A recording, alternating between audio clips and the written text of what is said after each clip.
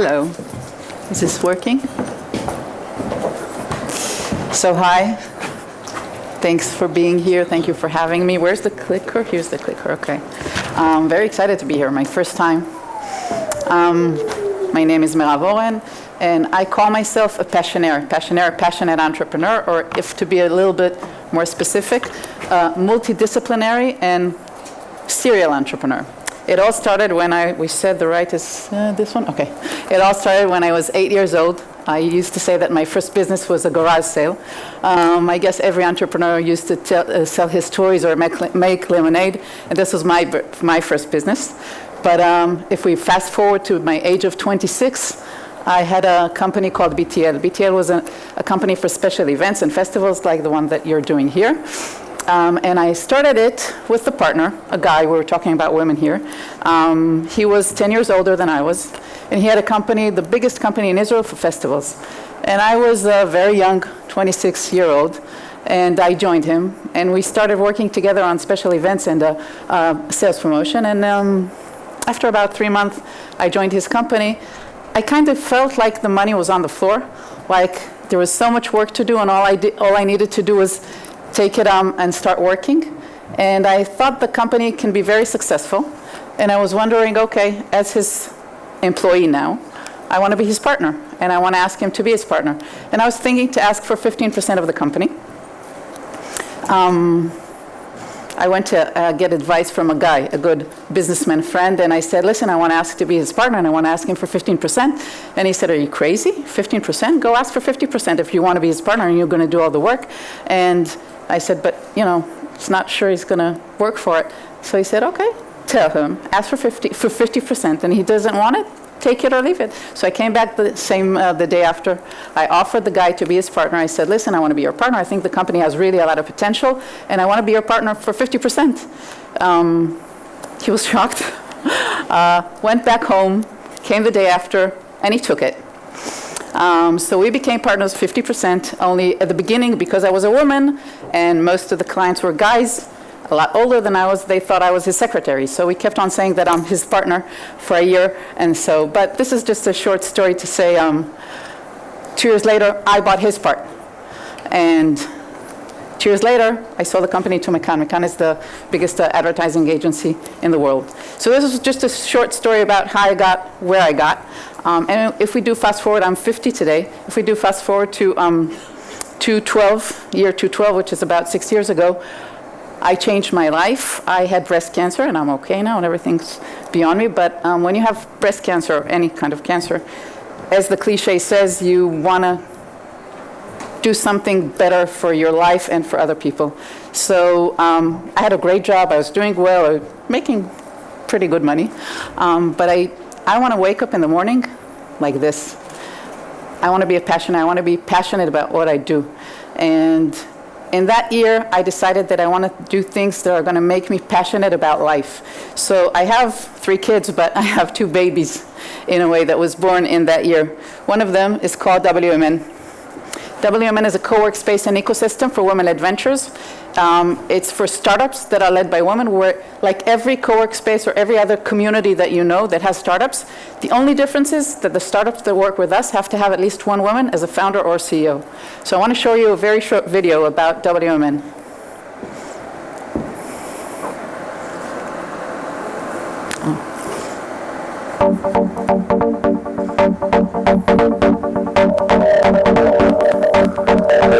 This place is very unique. I've been working from San Francisco for a while, from different accelerators. They're founding and selling 2 successful startups, one to eBay and another to Get Images in the past. But I've never seen such a place like we have here in Israel, and it does an amazing job in helping women to start their first business by themselves. The ecosystem in Israel for startups is really amazing. There's a lot of support, there's a lot of resources, and people are really accessible. I think that because the support for startups here is so strong, that moving to Israel and starting a new company, for me, we're very tied together. WMN is a co-work space and ecosystem for women entrepreneurs. I just wanted to have more women-led ventures in the industry. And the basic way I think to do it is first to have a physical space, because every startup needs a place to work from. And then you have to have, of course, a network and ecosystem. This is what we're doing here. We have here 20 startups that are women-led ventures. One of those 20 startups is mine. I'm a founder of a startup called Cooley's Market. We understood that it has to be an innovative platform that is a one-stop shop that can help people easily order tickets to culinary experiences around the globe.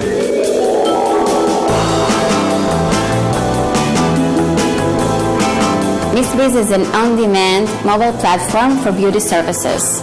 So we work with a community of businesses and we help them to become successful and financially independent. We are a personalized GPS app for walking in a city. It gives you a route based on your interests and needs. And the idea is that in a big city like New York, London, Paris, there can be many ways of getting from point A to point B, and sometimes going even a little bit out of your way or a different route, you can have a completely different experience. Startups is actually, that's what I'm doing most of my life. Once something disturbs you or you think about an idea, the fact that you can act and execute on that idea and it suddenly gets successful, it's just amazing.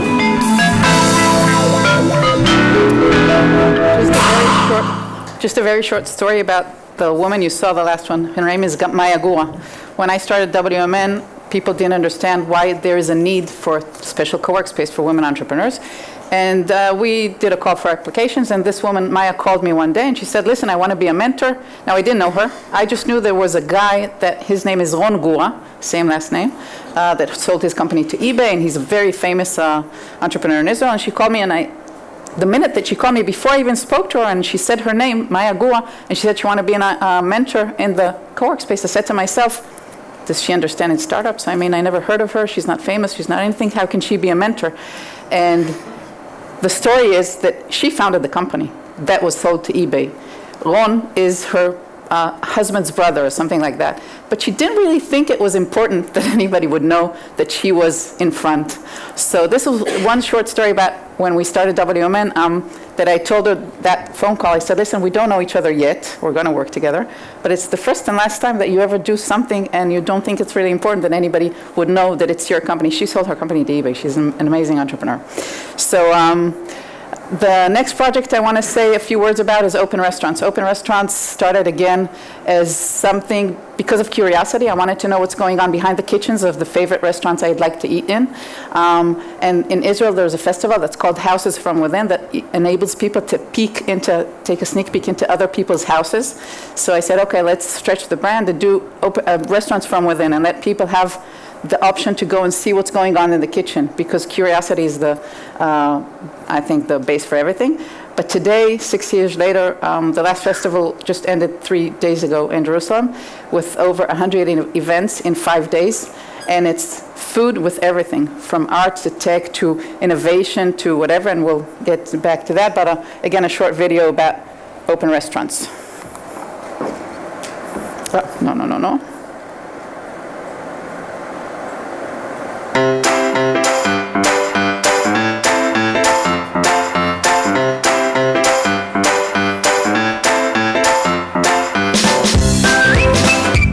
Pleasure having the Open Restaurant in Jerusalem this week, second year, so everybody can experience the good culinary in Jerusalem. Excited to have you here.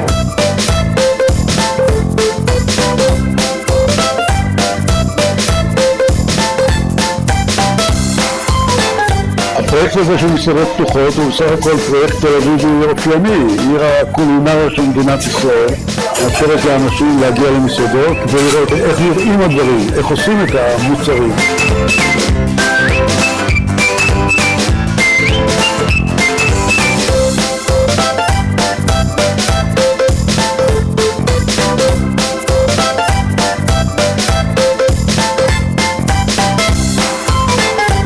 זאת באמת הזדמנות פז, לפחות מבחינתי, להסביר גם במילים למה אני מתכוון, למה אני עושה את מה שאני עושה.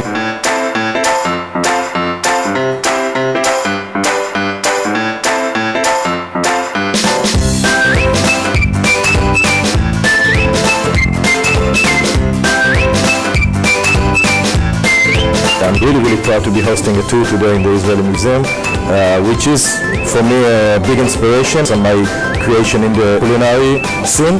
And I hope you'll enjoy this amazing project and looking forward for many more. I was really happy to be invited to be part of Open Restaurants Jerusalem and to launch here our new platform, Food Confessions, where you can tell all your culinary secrets and culinary sins.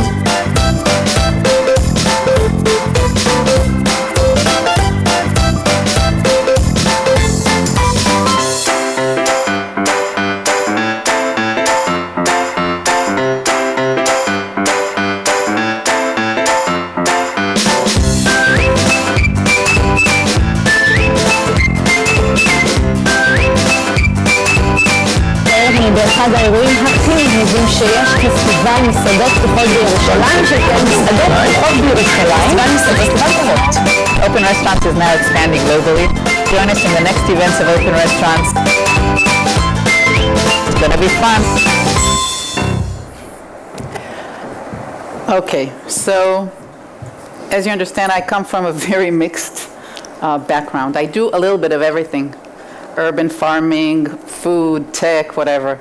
And I want to talk about AI, art, and between because it's all mixed up.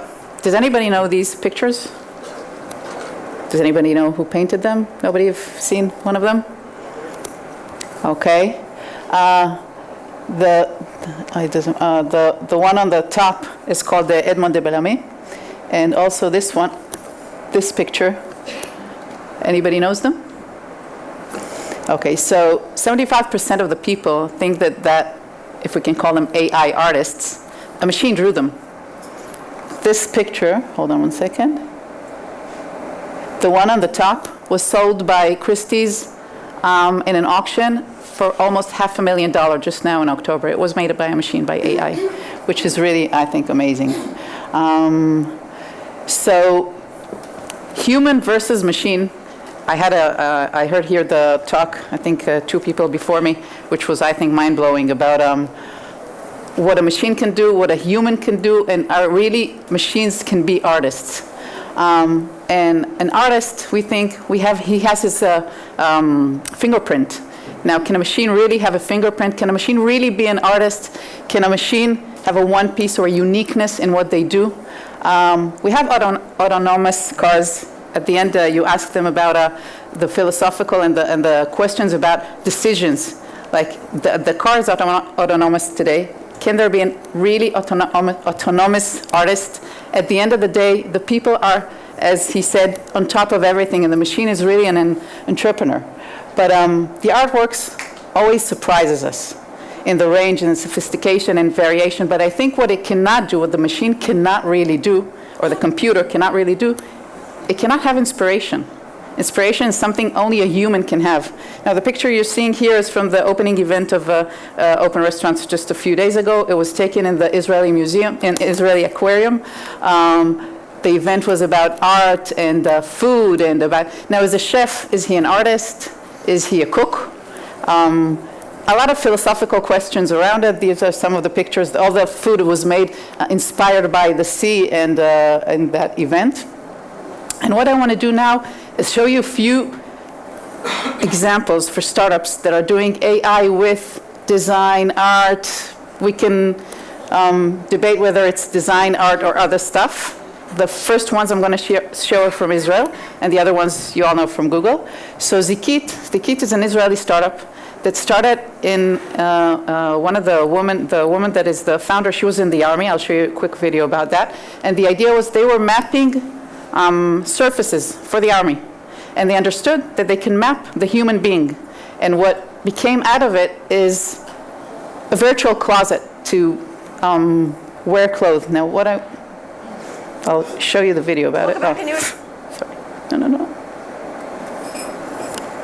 Welcome back. A new exhibit at the Israel Museum that shows over a century of Israeli clothing, but also bridges history and technology to create an interactive experience for visitors. Erica Jackson has more.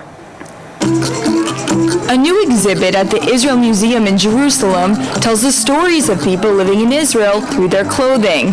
Fashion Statements, Decoding Israeli Dress showcases 150 items of clothing, bringing to light the inspiration of a century of Israeli fashion, including how Israel's climate, land, and geography impacted the choice of clothing, with iconic pieces such as this unique coat, which was first designed by Finny Leitersdorf in the 1950s. It is inspired by the Bedouin tents and the colors of the desert, and also by traditional men's clothing that were in this area. Another part of the exhibit showcases the different ideologies of people through clothing associated with the kibbutz movement, which still influences some designers' fashions today. It is usually identified with people who came here already in the 20s and 30s of the 20th century, and they had a socialist views, and working was a very major part of their ideology. The exhibit also examines what it means to be a designer in today's Israel, including new technologies and challenges, and showcases a garment from fashion designer Dana Cohen's City Growth collection, which drew inspiration from colors in NASA photographs, showcasing changes to land and its people. The collection is concerned with the overtaking of agriculture plots by the process of urbanization. Cities grow so fast in the last few decades, and we are losing the agricultural fields. As the daughter of a farmer who experienced this process firsthand, I become especially sensitive to this issue. But the exhibit also aims to provide an interactive experience, allowing visitors to make their own fashion statement using the Zikit app. The app is simple. You get your picture taken, scan a barcode, pick out your outfit, and you can virtually try on clothing at the exhibit. Clothes, not like art, are supposed to be worn. Yeah? They're not really supposed to be on pedestals. They're supposed to be worn. They're supposed to be interactive with the people and that wear them. And this is another way to bridge that gap. Israeli fashion history made accessible through technology. Reporting from Jerusalem, Erica Jackson, I-24 News. All right, if you seek it, you will zeek it. Founder Yael Zivel is here live to talk more about why her 3D clothing solution makes you feel like you are stepping back into time, as we just saw at the Israel Museum. We're very happy to have Yael here with us. Hello, and welcome to the show. First of all, we were talking in the break, and you have such an interesting background. Like, it's not that you're a fashion. I'll stop it because we don't have the time to listen to that. The next startup I want to tell you about, they're called Taylor Brands. What Taylor Brands does is a machine, AI machine, the artificial intelligence, does a logo for you and a social media campaign. Now I want to run with you a short, quick demo of it. Let's say we want to do a logo for Košice, for the city, right? So we would write the name Košice and ask a design. Now our industry, we're a city, right?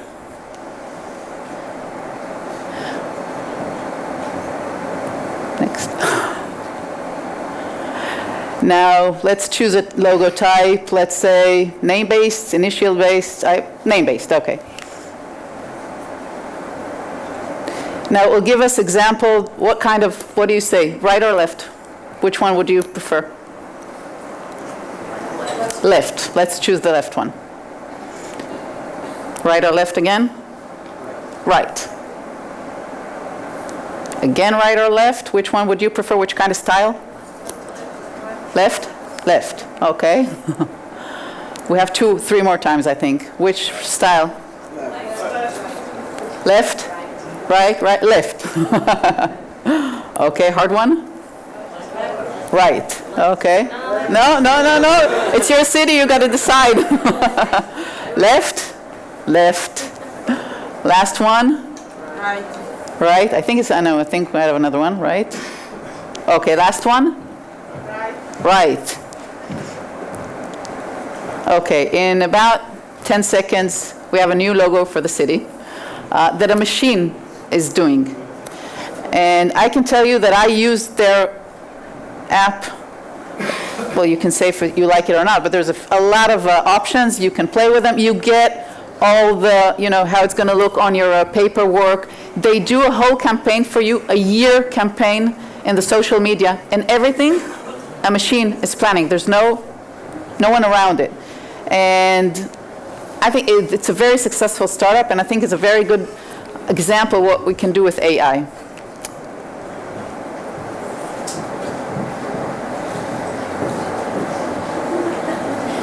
Okay, I think we can go to another startup. A woman is the owner. Its name is Rad. Rad is, the idea is we're all bloggers, we all write, and we all want to engage with our clients, and people today don't have any time to read a lot. So what it takes your blogs, again, AI, the machine does it, it takes your blogs and it turns it into a visual story. Again, a short video.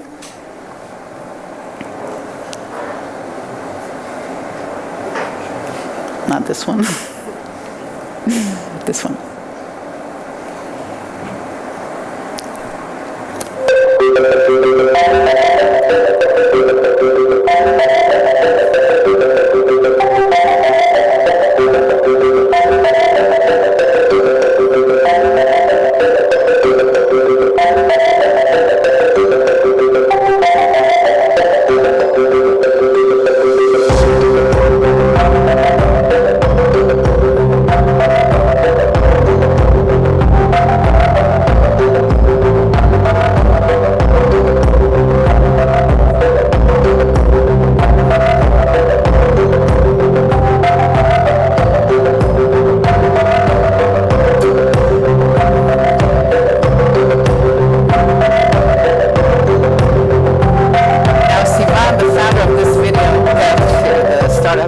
Bootstrapping now, they're working on it. It's not all online yet.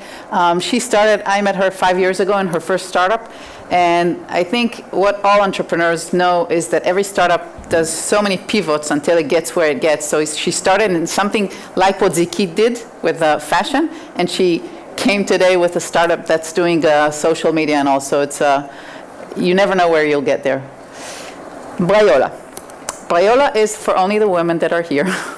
It's a startup that has to do with bras. The idea, they started with crowdsourcing, that the idea is that millions of women around the world want to buy a bra online, but it's a very hard thing to do. So the idea is that you see what bras you have at home, you upload the size and everything, and the crowd helps you get the new bra. Today, they also have an AI machine that helps recommend. Again, I'll do a short video and it will explain it better than I will.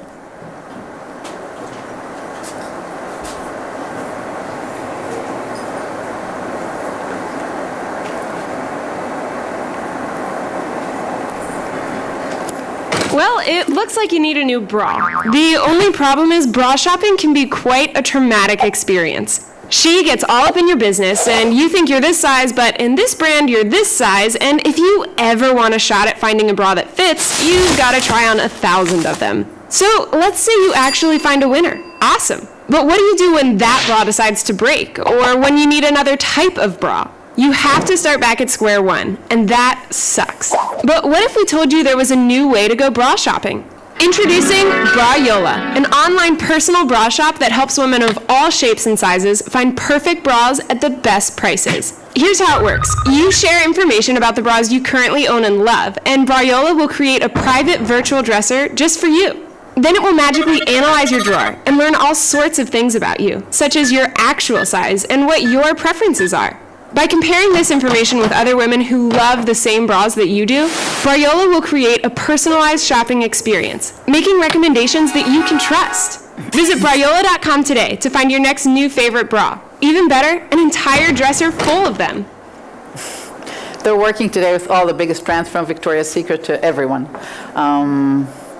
Need to go back to the presentation.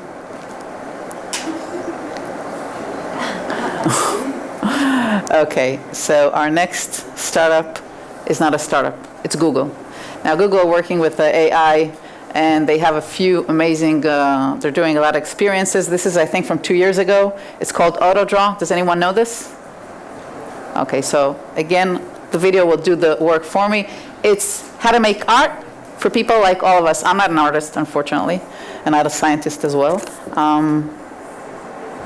So Autodraw is really for people like us to help us be artists by an AI machine.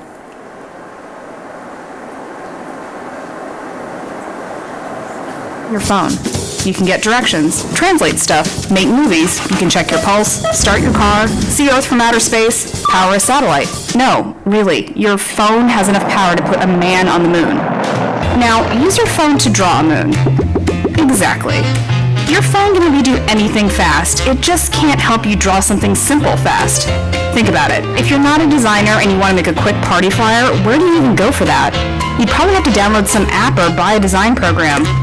So a few of us at Google created Autodraw. It's a drawing tool for the rest of us. Autodraw pairs the magic of machine learning with drawings from talented artists to help you draw stuff fast. Say you want to make your friend a poster for her birthday. You'd go to the Autodraw site from your phone or computer, and you'd start doodling something that sort of looks like a cake. The Autodraw suggestion tool then guesses your doodle, and you pick a cake you like. And you can do this with all kinds of drawings. Flowers, dolphins, socks, furniture for a new living room layout, a bike for an event poster, a giraffe on a house in the sky for no good reason. You could make a coloring book. And your aunt can sketch out her weird dreams. You can also draw without the help of the Autodraw suggestion tool. So you can doodle in meetings, play tic-tac-toe, sketch a stranger at a bus stop, yada yada yada.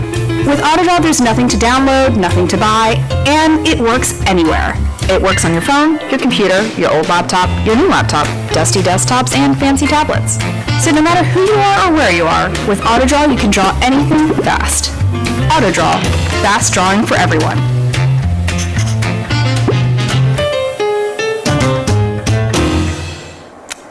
Now another Google experiment is called Quickdraw. In a way, it's kind of the opposite of Autodraw. What Quickdraw does is, in order to have Autodraw, they need all these small pictures, right? So it's a game that asks you, the computer asks you, what do you want to draw? And it helps you draw it. But what they do, they take the data, they collect the data of what you've drawn and use it after millions of drawings for the Autodraw. So I want to show again a quick movie about Quickdraw.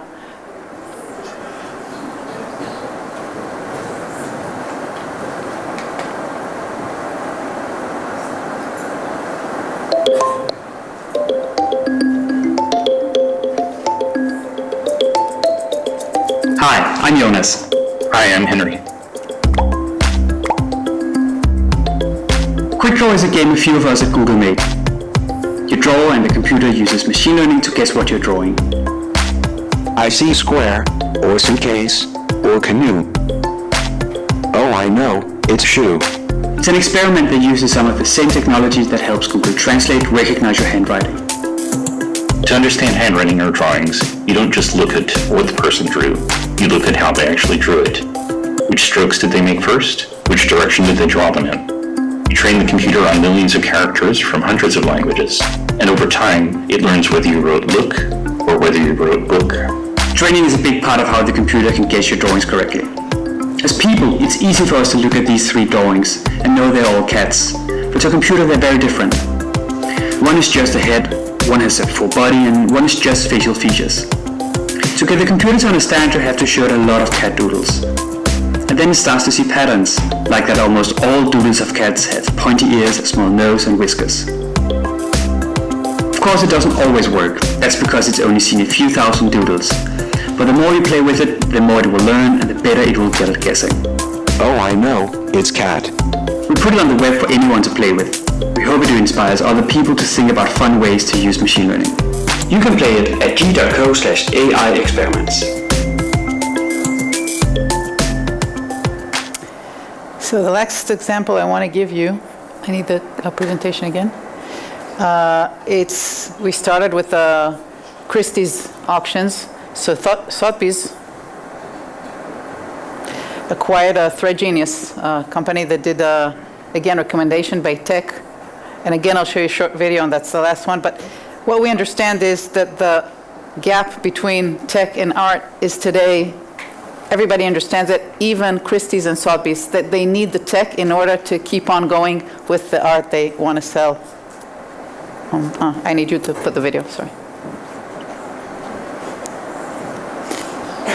what Thread Genius does, it scans millions of, you can look for artwork that you want on the internet, and it finds you the work that you, yeah, let's see it, I think it'll explain it more than I do. The sound here doesn't work, I know. It's a problem, but I wanted to show you it anyway. Because it's written the...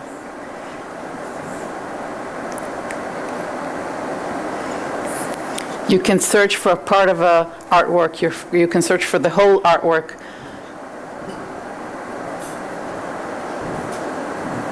And they took it to other things, to furniture, and at the end of the day, of course, to fashion.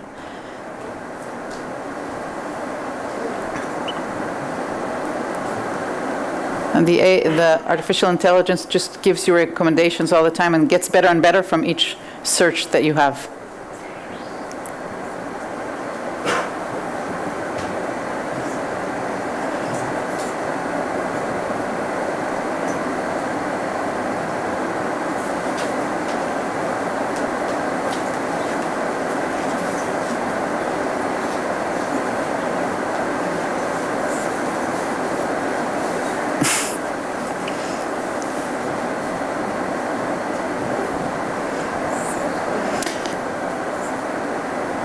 So from retail to whatever, going back to art, definitely the future is AI. Thank you.